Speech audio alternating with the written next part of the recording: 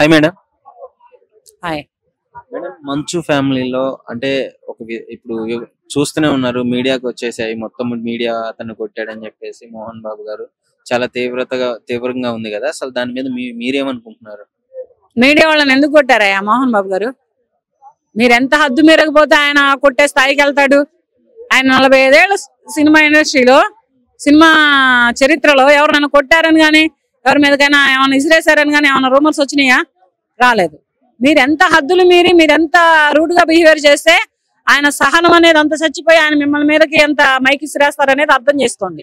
జరిగిన సిచ్యువేషన్ ఏంటంటే మోహన్ బాబు గారు వస్తున్నారు, ఇక్కడ మన రిపోర్టర్ ఎవరైతే ఉన్నారో చెప్పండి సార్ అంటే ఏం చెప్పాలని చెప్పేసి మైక్ లాక్కొని విసిరేసి కొట్టడం జరిగింది కదా. ఇది ఫేక్, ఇది పక్కా ఫేక్.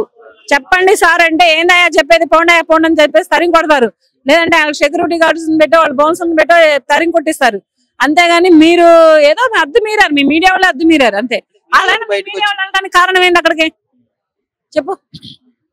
ఎందుకు వెళ్ళారు? ఆయన ఇంటి మీద ఆయనకి ఎంక్వైరీ తీయడానికి ఎందుకు వెళ్ళారు? అదొక పబ్లిక్ ఇష్యూ అయింది కదా. ఇప్పుడు మనోజ్ గారు కూడా మీడియా సహాయం కోరారు. మనోజ్ గారు ఎందుకు కోరారు అయ్యా మీడియా సహాయం? ఆయనకి ఏం తక్కువ మీ మీడియా సహాయం కోరారు? ఎందుకు వెళ్ళారు మీరు ఆయన దగ్గర? చెప్పండి. మన మోహన్ బాబు గారు, విష్ణు గారు ఒకవైపు ఉన్నట్లు మనోజ్ గారిని సింగిల్ గా చేసినట్టు ఇప్పుడు కనిపిస్తుంది మీడియాలో. ఆ ముగ్గురు పిల్లలు ఆయనకు పుట్టినోళ్లే, ఆయన సంతానమే, ఆయన కష్టార్జితమే అదంతా. ఇప్పుడు రూపాయి ఎంత కష్టపడి సంపాదించుకున్నారో బిడ్డలను కూడా అంతే కష్టపడి ఒక పైకి తెచ్చుకున్నారు ఆయన. అంతేగాని అది ఎందుకు వచ్చింది అసలు? వాళ్ళిద్దరికి ఎందుకు వచ్చింది? మంచు విష్ణు గారిని ఒక రకంగా, లక్ష్మి గారిని ఒక రకంగా, మనోజ్ గారిని ఒక రకంగా చూడరు మోహన్ బాబు గారు. ఏం జరుగుతుందంటే వాళ్ళ ఎడ్యుకేషన్ సిస్టమ్ లో ఏదో ఫ్లాస్ ఉన్నాయి, వాళ్ళ యూనివర్సిటీ ఏదో ఫ్లాస్ ఉన్నాయి, అవి మనోజ్ గారు అడిగినందుకు ఇది ఇట్లా తయారైందని చెప్పేసి చెప్తున్నారు. వాళ్ళు చూసుకుంటారు. ఇప్పుడు వాళ్ళకి లేని తప్పు ఇతనికి ఎందుకు అనిపించింది? ఇప్పుడు అవతల ముగ్గురు ఉన్నారు కదా, ఆ ముగ్గురు ఎంతో మందికి, ఇప్పుడు మోహన్ బాబు గారు ఎంతో మందికి పేద విద్యార్థినులకు చదివే చెప్పించారు, ఫీజులే లేకుండా స్కూల్లో చదివించారు, కాలేజీలో చదివించారు, చాలా సహాయం చేశారు. ఆ సహాయం చేయడానికి అతను ఎదిగాడు అంటే అతను చాలా గొప్పవాడు కనుకనే పేద వాళ్ళకందరికీ చదువులు చెప్పి, విద్యలు చెప్పి చాలా వరకు మంచి చేశారు. ఇప్పుడు వాళ్ళు ఒక స్థాయిలో నిలబడ్డారు. ఇతని స్కూల్లోనే గాని, ఇతని కాలేజీలోనే గాని గత 32 ఏళ్ల బట్టి చదువుకున్న ప్రతి ఒక్కళ్ళు కూడా మంచి స్థాయిలో నిలబడ్డారు. అంతవరకు కరెక్టే, కాదని నేను అనను. కానీ ఇది వీళ్ళు కొట్లాడుకున్నారనే విషయం మాత్రం, ఏదో తండ్రి ఒక 4 మాటలు అన్నాడు, 2 దెబ్బలు కొట్టాడు, కొట్టినంత మాత్రాన ఆయన హాస్పిటల్ కొట్టించాడు అని చెప్పేసి అయితే మనకి వార్తలు తెలుస్తుంది. మాట చెప్పనా, బౌన్సర్లతోటి ఏ బిడ్డని ఏ తండ్రి కొట్టించాడయా? తండ్రిని, తల్లిదండ్రులని బిడ్డలు కొడతారు, వేరే వాళ్ళ చేత కొట్టిస్తారు. కానీ తల్లిదండ్రులు అనేవాళ్ళు ఏ బిడ్డని కూడా కొట్టించరు. కొడితే కావాలంటే వాళ్ళ కొలది వాళ్ళు ఏదైనా ఒక కర్రతోటో, ఓ చెయ్యితోటో, అయితే చేతులు ఏదుంటే దాన్ని పెట్టి విసిరేస్తారు. కానీ బౌన్సర్ల చేత కొట్టించేంతటి తల్లిదండ్రులు ఇంకా లేరు ప్రపంచంలో. మీరు అవి రూమర్స్ చేయొద్దు. కనిపించుకున్న బిడ్డలని ఏ తల్లిదండ్రులు కూడా కొట్టించరు. మనోజ్ గారు చెప్పారు కదా, అంటే మా డాడీకి ఏం తెలియదు, ఆయన దేవుళ్ళు లాంటి వారు, ఇక్కడ మధ్యలో ఉన్నవారు వీళ్ళేనా మేము చేయి చేసుకున్నారని చెప్పేసి చెప్పారు కదా. ఇంకేమో ఆ విషయం అయితే నాకు తెలియదు. కానీ వాళ్ళు ఎందుకు చేయి చేసుకున్నారో, లేకపోతే ఆయన ఘర్షణ పడుతుండే ఒకవేళ ఏమన్నా అడ్డు తప్పించడానికి ఏమన్నా నెట్లాట్లు ఏమన్నా తోపులాట్లు ఏమన్నా జరిగినాయేమో, అవన్నీ తెలియదు. ఆ తోపులాట్లలో ఇతనికి ఏమైనా దెబ్బలు జరిగినాయేమో అవన్నీ తెలియదు. కానీ వాళ్ళు చూసుకుంటారు. మీ మీడియా వాళ్ళు ఎంతవరకు ఉంటారో అంతవరకు ఉంటే బాగుంటది. మీకు గేట్ వరకే హక్కు. మీరు పోయి మేము బెడ్రూమ్లలో కూర్చుంటాం, మేము మంచాలు ఎక్కుతాం అంటే కర్రలు తీసుకొని కొడతారు. వాళ్లే కాదు, యాజమాన్యమే కాదు కొట్టేది, బయట ప్రజలు కూడా కొడతారు. ఎవర్రా మీరు వాళ్ళ ఇంట్లో పోయి వాళ్ళ విషయాల్లో జోక్యం చేసుకోవటానికని. ఈ విషయం పైన మీరేమనుకుంటున్నారు? వాళ్ళ కుటుంబ విషయాలలో ఎవరు తలదూర్చొద్దు. వాళ్ళ ఆస్తుల విషయాలు వాళ్ళు తేల్చుకుంటారు. మోహన్ బాబు గారు ఏమి 6 ఏళ్ల అబ్బాయో 12 ఏళ్ల అబ్బాయో కాదు. దగ్గర 70 ఏళ్ళు వస్తున్న ఒక స్థాయిలో ఉన్న వ్యక్తి.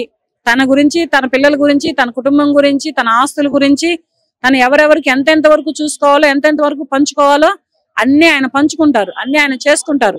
మీరు మాత్రం హద్దులు మీరు వెళ్ళొద్దు. వెళ్ళి మీరు ఈసారి కర్రలతో దెబ్బలు తినొద్దు. సరే, తప్పు చేశాడు, మీడియా అతను తప్పు చేశాడే అనుకున్నాం. కానీ అంత తీవ్రంగా కొట్టాలి, ప్లాస్టిక్ సర్జరీ అవుతుంది దానికి చెయ్యాలి, లేకపోతే తగ్గదు, 3 సార్లు సర్జరీ చేస్తే గానీ మళ్ళీ నార్మల్ స్థితికి రాడు అని చెప్పేసి డాక్టర్లు చెప్తారు. వాళ్ళదేం పోయింది? ఇప్పుడు మోహన్ బాబు గారిని బ్లేమ్ చేయడానికి ఎన్ని అయినా వస్తాయి. మీ మీడియాలో వాళ్ళు వస్తాయి, లేదంటే డాక్టర్ల దగ్గర వస్తాయి. ఇప్పుడు డాక్టర్ దగ్గరికి నేను చిన్న పెయిన్ వచ్చింది, నేను వెళ్ళాను, నాకు 1 లక్ష రూపాయలు బిల్లు వేశాడు. తప్పు నాదా అయిందా? తనది తను చూసుకున్నాడు, యువతలు చూసుకున్నాడు. ఏమో తగిలిందేమో, నేను కూడా కాదని చెప్పను, మైక్ సెట్ తగిలి ఉండొచ్చు, సర్జరీ చేస్తే చేయించుకోవచ్చు. దానికి ఏమైనా ఉంటే మోహన్ బాబు గారు చూసుకుంటారు. అంత మాత్రానే సర్జరీలు చేయాలి, 6 సార్లు చేయాలి, 7 సార్లు చేయాలంటే చేయించుకోమన్నాడు. దాని ఖర్చు మొత్తం మోహన్ బాబు గారు చూస్తారంటారా, తన మెడికల్ ఖర్చు? అదంతా ఇక నేనైతే చెప్పలేను ప్రస్తుతానికి. చూడొచ్చు కూడా, దాన్ని ఏముంది. ఇంతమందికి విద్యాదానం చేసిన ఒక మహోన్నతుడు ఇది చిన్న పని చేయలేరా? చేయొచ్చు కూడా, చేయదని నేను అనట్లేదు. కానీ మీరు మాత్రం వాళ్ళ ఆస్తులేంటి, వాళ్ళ గొడవలేంటి, వాళ్ళ తండ్రి కొడుకులు, వాళ్ళ కుటుంబ సభ్యులు వాళ్ళు చూసి గొడవలు కాదని ఇక్కడ క్లియర్ గా అర్థమవుతుంది కదా మేడం. మరి ఇప్పుడు దాకా మనోజ్ గారు అయితే నాకు అసలు ఆస్తి అవసరం లేదు, ఇది ఆస్తి గొడవలు కాదు అని చెప్పేసి ఓపెన్ క్లియర్ ఏంటంట, మరి ఏంటంట చెప్పండి. మీకు ఎంతవరకు తెలిసింది? ఆస్తుల గొడవలు కానప్పుడు, ఆస్తుల గొడవలు కానప్పుడు ఇంత ఇష్యూ అవ్వాల్సిన అవసరం లేదు.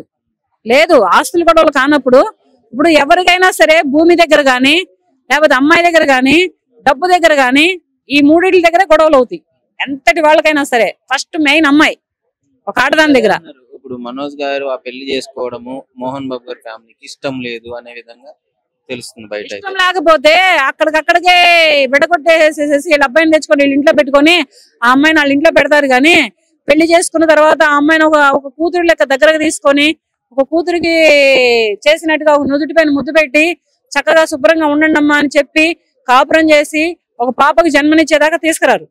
ఫస్ట్ ఎరగొట్టేస్తారు. వాళ్ళ ప్రాబ్లం వాళ్ళు సాల్వ్ చేసుకుంటారు. మీరు వెళ్ళి హద్దులు మీరు ప్రవర్తించొద్దు. ఏ సెలబ్రిటీనైనా కానీ మీరు బ్లేమ్ చేయొద్దు. ఎంతవరకు చెయ్యొద్దని నేను అనట్లే. మీ సోషల్ మీడియా ఉండబట్టే ప్రతి విషయం ఇప్పుడు ప్రజల్లోకి వెళ్తుంది, కాదని నేను చెప్పను. మీ వల్లనే ప్రజలకు అన్ని తెలుస్తున్నాయి, లేదని నేను చెప్పను.